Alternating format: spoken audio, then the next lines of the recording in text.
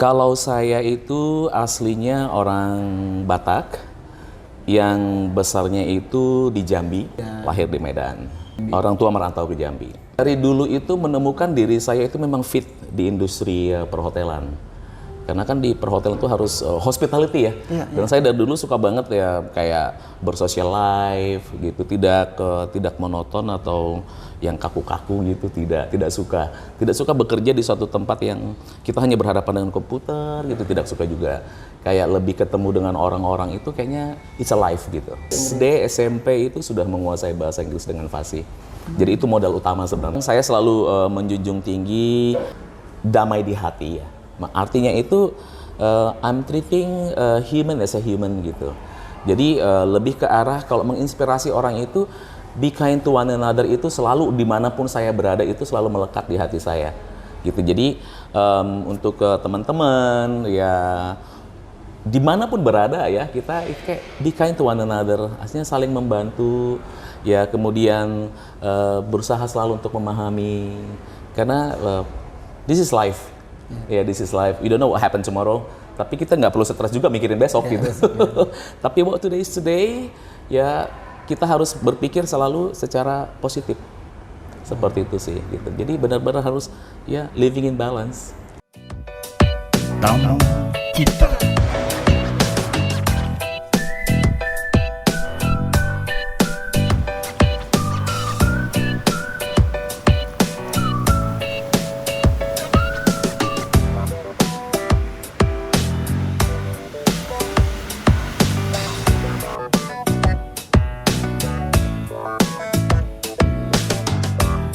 Assalamualaikum warahmatullahi wabarakatuh. Selamat pagi sahabat kita. Jumpa lagi di podcastnya Tamu Kita. Dan di edisi kali ini luar biasa.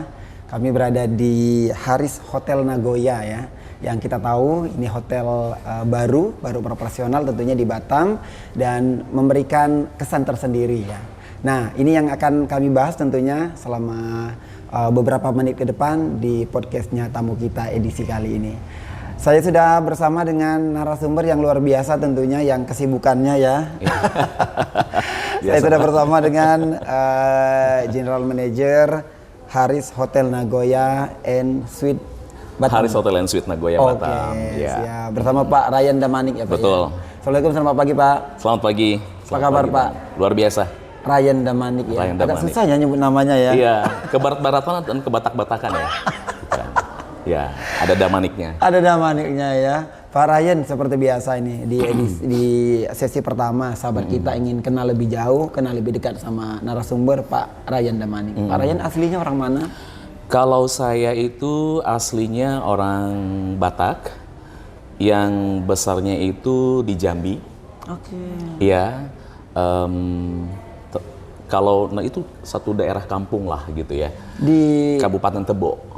Oke. Di Jambinya? Di Jambi ya. Di Jambi, Provinsi Jambi. Berasal dari sana. Berarti Orang tua di sana. Lahirnya di Medan. Di Medan. Lahir di Medan. Berarti umur Di Boyong. Umur berapa waktu ke kecil. Jambi? Itu SMP kalau nggak salah waktu itu. Ya, SMP. Orang tua merantau ke Jambi. Orang tua merantau ke Jambi. Dan besar-besarnya di Jambi. Besar sekolah di Jambi. SD di Jambi. SMP, SMA di Jambi. Oke. Ya. Begitu selesai SMA baru keluar dari kota Jambi. Oke. Iya. Kemana? Waktu itu kerjanya langsung di Bintan. Di Bintan. Ya, Oh, udah ke Kepri. Bintan. Udah ke Kepri. Oke. Itu tahun 96. 96. Sudah lahir belum? Langsung kerja di perhotelan. Iya, saya di Banyantri dulu. Memang latar pendidikan dari Kalau saya itu kerja sebenarnya dari SMA langsung kerja. Oke. Iya, dengan bermodal waktu itu ya karena saya sudah menguasai bahasa Inggris ya kala itu ya. Dari Bahasa SMA Inggris. udah Dari menguasai bahasa SD, SMP itu sudah menguasai bahasa Inggris dengan fasih. Jadi itu modal utama sebenarnya kala itu. Iya, benar. Kerja dari SMA, kerja di perhotelan juga? Iya, langsung perhotelan. Oh, setelah tamat SMA. Iya, Setelah tamat SMA. Baru setelah tamat SMA baru kerja, baru kuliah. Wow. Iya. Kerja dulu baru kuliah ya. Iya. Ini yang luar biasa. Jadi kita nggak perlu repot-repot ngerusuhin orang tua kan. benar. Begitu. Anak keberapa nih? Saya anak ke-6 dari 8 bersaudara. Banyak ya. Banyak keluarga besar. Bukan KB ya, bukan keluarga berencana tapi keluarga besar. Zaman Banyak dulu anak, ya. banyak rezeki. Iya, ya, benar. katanya begitu. Artinya keluarga, ada abang, kakak, atau adik di Iya. Jambi semua? Ada di Jakarta, di Pekanbaru, di Jambi, ya keluarga seluruh Indonesia. Ya, di mana-mana ada. Kan 8 bersaudara ya. Kalau di Kepri, Pak Rian? Kalau di Pak Rian Kepri ya sendiri. saya dan adik saya. Oh, ada satu. Ada adik. Ada adik saya di sini. Memang apa kerja di hotel memang udah Kalau saya memang di cita-cita atau gimana perhotelan dari kecil, Bang? dari dulu itu menemukan diri saya itu memang fit di industri perhotelan. Karena kan di perhotelan itu harus hospitality ya. Dan saya dari dulu suka banget ya kayak bersosial life gitu, tidak monoton atau yang kaku-kaku gitu, tidak suka. Tidak suka bekerja di suatu tempat yang kita hanya berhadapan dengan komputer gitu, tidak suka juga. Kayak lebih ketemu dengan orang-orang itu kayaknya it's a life gitu. Seperti itu. ke Bintan tadi tahun Tahun 96. 96. Lama. Di sana 2 tahun. Terus ke Batam? Ke Batam itu masuk lagi ke Batam itu tahun 2007 Oktober. Hotel apa? Hotel. Hotel apa yang pertama berbentuk di Batam? kapal. Apa? Berbentuk kapal. Oh, berbentuk kapal. Tahu lah kita ya. Iya, Oke. betul. Lama? Di sana lama, lumayan lebih kurang 10 tahun. Wow. Ya, tapi sebelum dari Banyantar itu, sebelum ke Batam itu saya memang sudah melalang buana juga. Oke. Iya, karena memang spesialis saya itu Bang memang di perhotelan, tapi mostly juga di resort ya, di resort. Karena pertama sekali saya mengalami berpengalaman di perhotelan itu di resort, ya di Bintan. Kemudian saya ke Meksiko, ke Maldives, Dubai, ya namanya perhotelan pasti 2 tahun pindah, 2 tahun pindah gitu untuk membuat kita lebih banyak pengalaman sih. Seperti itu. Luar biasa Pak Ryan ya. Pak, dari 8 bersaudara yang menurutin jejaknya Pak Ryan lebih ke perhotelan ada? Ponakan-ponakan ada. Oh, ada. Ada. Yang kerja-kerja di Akhirnya hotel mereka juga tamat SMA tuh langsung berpikir ya udah kuliah aja di perhotelan gitu. Udah ada panutan ya. Iya gitu. Sukses ya seperti itu ya. Oke, baik. Artinya orang tua juga di ini ya, di Jambi ya. Di sekarang Jambi, memang ya. di Jambi. Iya. Baik, ini Pak Ryan ya, di sesi pertama kita udah kenal lebih dekat ya. Atau ada yang mau dieksplor lagi terkait dengan Pak Ryan di sini? Ada yang belum tersampaikan? Ya, karena saya sudah di industri perhotelan ini more or less sudah 29 tahun ya. 29 tahun. Karena kan dari tahun 96 ke 2025 itu 29 tahun. Jadi memang saya sudah memantapkan hati saya itu memang di perhotelan gitu. Lebih ke arah kayak saya itu misinya ke depan itu pengen membantu orang-orang tuh kayak dari sisi pengalaman, apalagi zaman sekarang kan ya perhotelan itu sempat goyang di pandemi ya. Nah, tapi setelah itu kita kan bangkit lagi gitu. Nah, cuman di perhotelan itu maksudnya bagaimana cara kita dalam hospitality itu ya kayak bergaul, mingle dengan orang, karena kebanyakan kalau kita lihat anak-anak pada usia sekarang ini kayaknya lebih ke teknologi tapi jadi kayak introvert ya menurut saya ya. Lebih ke main ke device, gadget dan lain sebagainya untuk berinteraksi dengan orang-orang itu kurang saya lihat. Kalau apalagi kita perhatikan mereka main ke kafe, nongkrong di mana. Nongkrong ngumpul tapi lebih ke gadget gitu. Nah, hal-hal seperti ini yang menurut saya sempat berpikiran, wah bagaimana nih gitu. Karena saya juga dulu kuliahnya juga bagian komunikasi. Oke. Ya, jadi Sarjana komunikasi. Sarjana komunikasi ya gitu. Jadi bagaimana caranya kayak saya sendiri secara pribadi pengen membuat generasi-generasi muda itu lebih berinteraksi sesama human being itu penting sekali menurut saya. Supaya kayak jiwa social life-nya itu lebih dapat. Ya, bagaimana ya seperti itu sih gitu. Luar biasa, ini menginspirasi Pak Ryan. Iya. Pak Ryan, kita di sesi kedua ya Pak Ryan ya. Ini terkait dengan karirnya Pak Ryan. Tadi di awal sudah saya info bahwa Pak Ryan ini GM Haris Hotel Nagoya Batam. Haris Hotel and Suite. Nagoya ya. Batam. Nagoya Batam ya. Kebalik ya. Pak, ini boleh tahu kapan hadir? Nah, kita dibuka itu tanggal 18 Juni 2025. Jadi tepatnya itu di bulan Juni kemarin. Masih baru, brand new banget. Ya? Brand new banget di Batam. Apa ini? Apa yang bisa kita ini di sini Pak? Kita tahu bahwa di Batam udah 3 ya. Ini yang keempat ya. Haris yang keempat di Kota Batam. Apa yang membedakan dari yang sebelumnya Pak? Nah, kalau dari sisi service dan lain sebagainya itu kan kita satu manajemen ya by Ascot ya. Tentunya manajemennya sama gitu. Kalau yang membedakan itu kita ini sekarang karena baru sudah lebih ke arah mengikuti kayak living in balance-nya itu lebih terlihat, lebih terasa dari sisi pewarnaan gedung. Kalau hari-hari sebelumnya kan more to orange ya, more to orange gitu. Nah tapi sekarang ya orange-nya tetap ada, orange-nya tetap ada, tapi lebih ke modern sih, lebih ke warna abu, putih gitu, biru seperti itu sih. Ya. Ini mewah ya, megah bangunannya. Mewah. Ada berapa banyak fasilitas kamar, Ya, kemudian room apa aja? Total kamar di tempat kita itu di 240 kamar. 240 Jadi ada tiga tipe bang. Pertama adalah Harris room, kemudian Vibe room, kemudian yang paling tinggi itu Suite room. Ya, suite room gitu. Jadi totalnya 240. 240. Ya. Dengan fasilitas yang ada juga, katanya ada kolam renang juga. Ada ya, kolam Pak, ya? renang. Ya, kita di lantai 8 tuh ada kolam renang. Ada kolam renang. Ya, betul. Kemudian breakfastnya juga ya Pak ya. Ya. Yang lumayan ya. Ya. Mantap ini. Ya.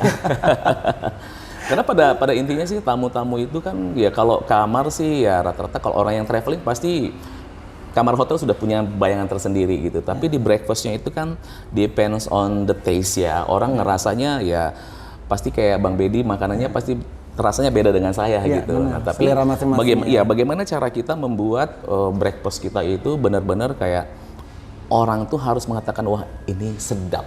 Kalau cakap Melayunya kan, sedap sangat gitu. Ada makanan khas Melayu juga, breakfastnya ada? Iya kita lokal ada kayak jajanan-jajanan pasar gitu. Ada kemudian ya ada beberapa juga main course-nya. Ya kita harus menonjolkan juga kita di Capri ya gitu. Otomatis harus memperkenalkan juga budaya-budaya Melayu gitu pada tamu-tamu kita. Ini hampir 2 bulan ya. Hampir 2 bulan. Perayaan. Gimana? Tingkat kunjungan?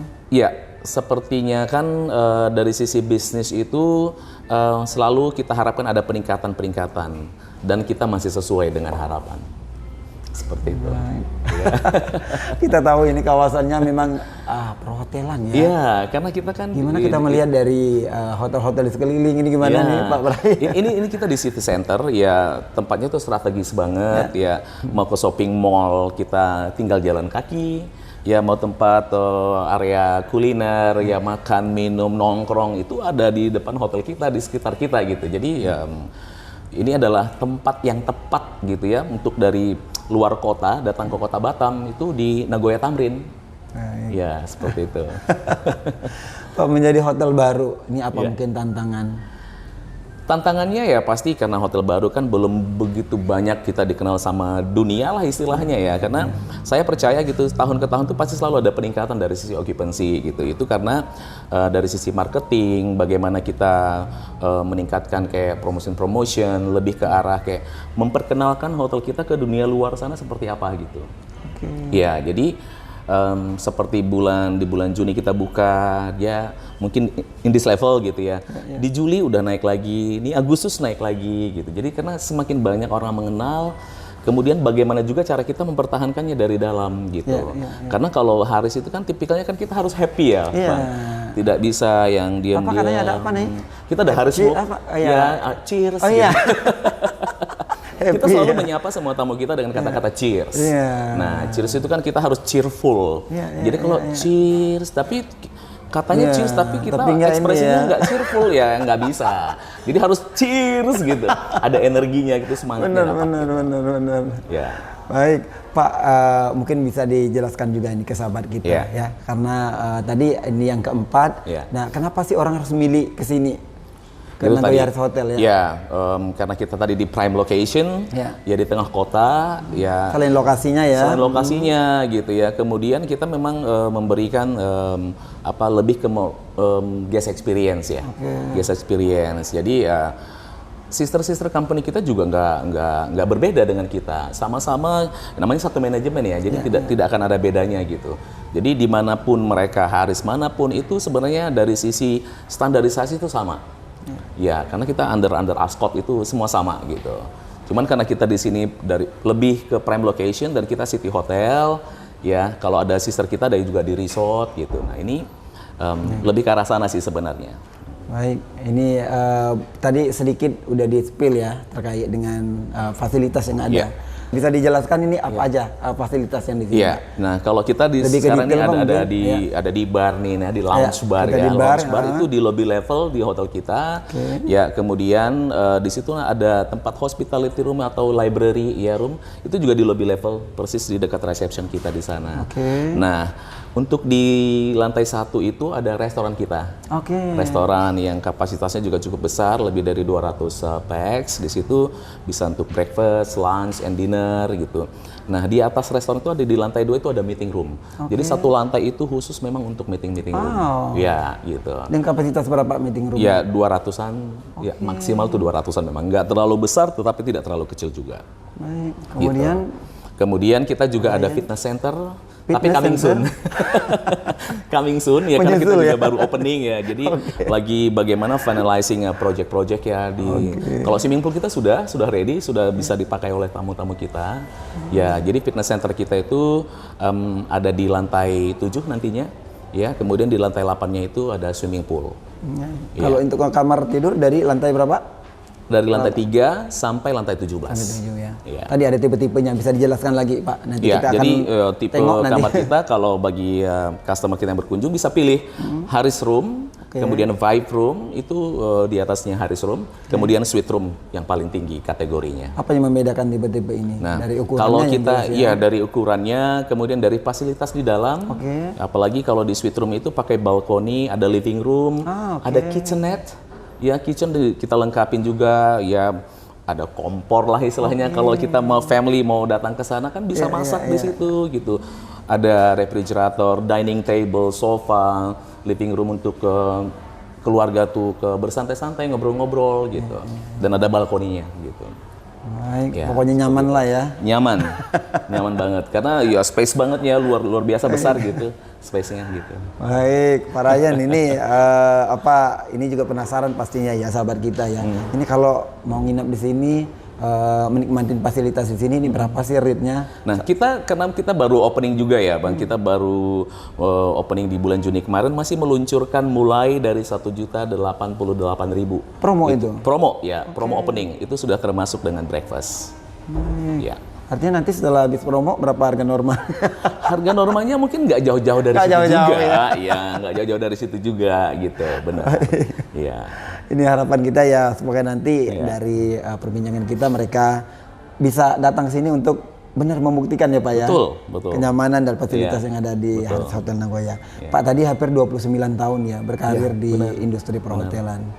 Gimana kalau menurut Pak Ryan dari awal dulu Pak Ryan di Bintan, di resort, kemudian sampai 2025 ada perkembangan nggak kalau dari industri? Ada kayak titik balik seperti itu Pak? Iya, banyak sekali perkembangan ya, karena di dunia perhotelan itu setiap tahun tuh mengadakan perubahan-perubahan ya.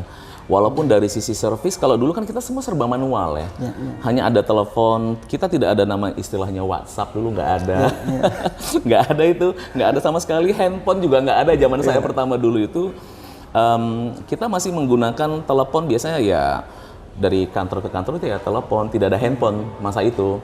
Email aja pada masa saya itu pertama masuk ke dunia hotel itu belum ada gitu. Nah, tetapi masing-masing era itu ada klasifikasi yang unik menurut saya. Ada keunikan masing-masing gitu.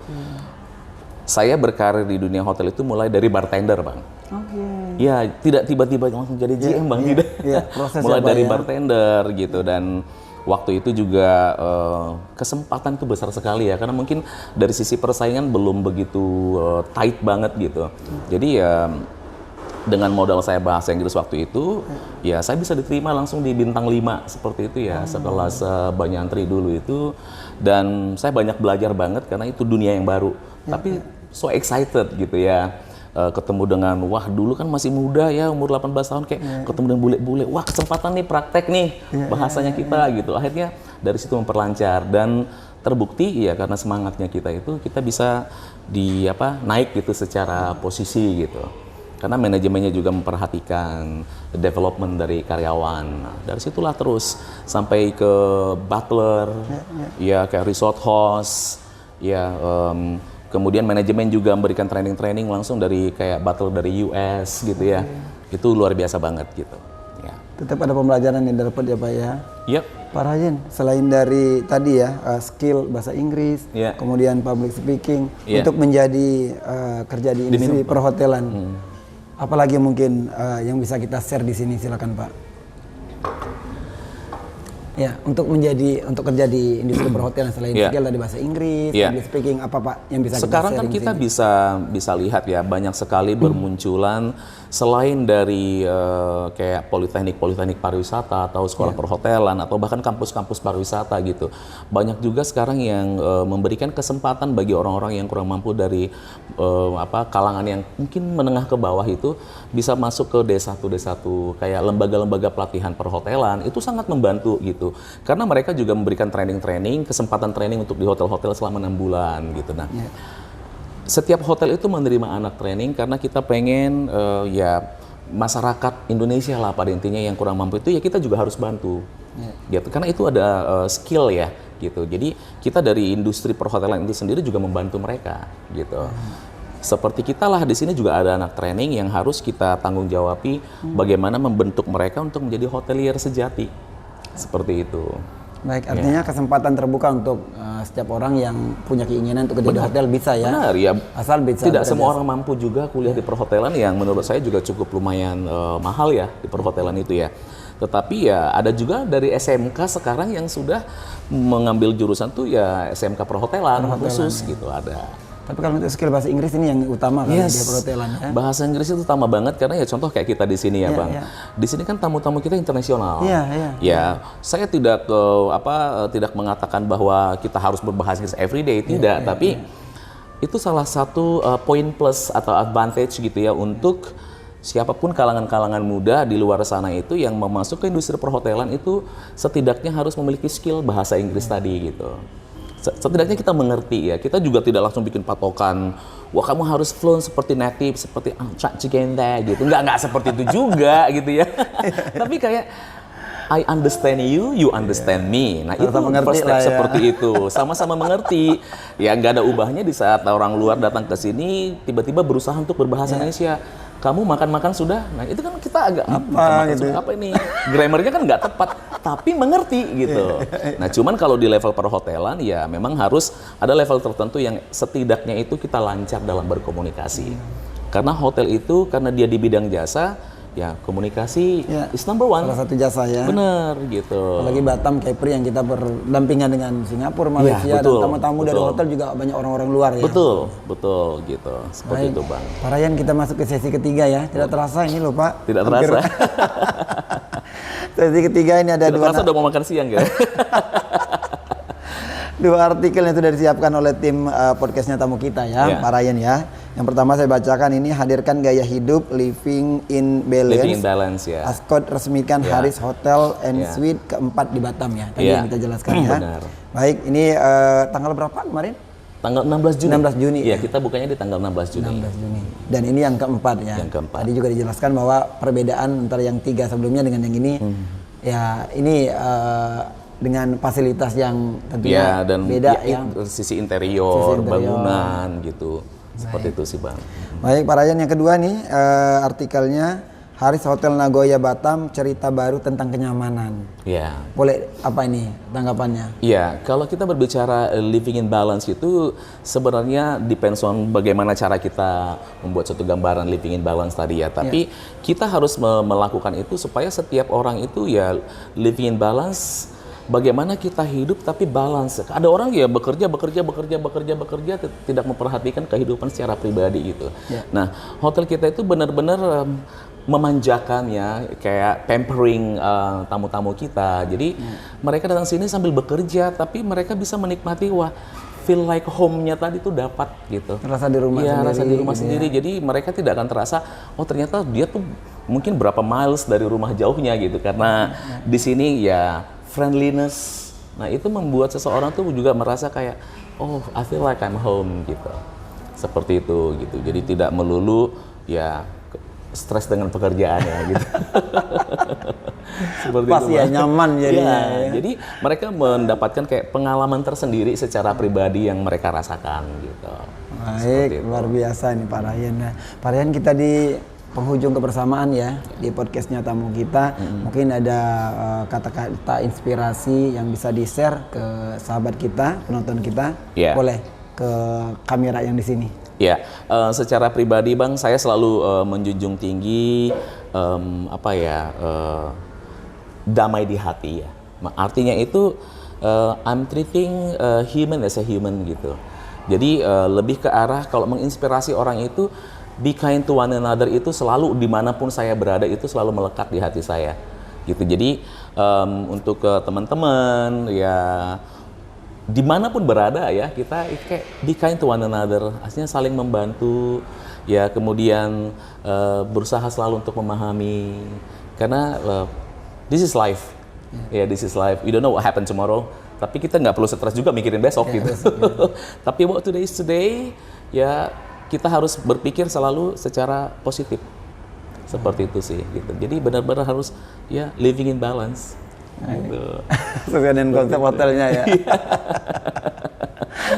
Pak Ryan Damanik, terima kasih Pak ya atas waktunya. Sama-sama, ya, Pak, ya. sama-sama, sudah Bang Deddy. memberikan motivasi, inspirasi tentunya untuk penonton sahabat kita di podcastnya tamu kita ya. Sekali lagi terima kasih ya Pak Ryan Damanik. Sama-sama, Bang. Kita tunggu nanti inovasi terbarunya nanti di Benar, sini ya. boleh. Sesi kedua nanti kita. Ya. Baik, sahabat kita, demikian perbincangan kami luar biasa tentunya yang menginspirasi, memotivasi narasumber pagi hari ini GM Haris Nagoya Hotel ya, Pak Ryan Damanik, dan tentunya terus tonton konten-konten kami di podcastnya tamu kita. Kami selalu akan menghadirkan narasumber-narasumber tokoh-tokoh yang ada di Batam, di Kepri tentunya yang memberikan inspirasi dan juga motivasi. Saya Bedi Prabu bersama dengan tim yang bertugas mengucapkan terima kasih atas perhatiannya. Selamat pagi, sampai jumpa. Wassalamualaikum warahmatullahi wabarakatuh. Terima kasih.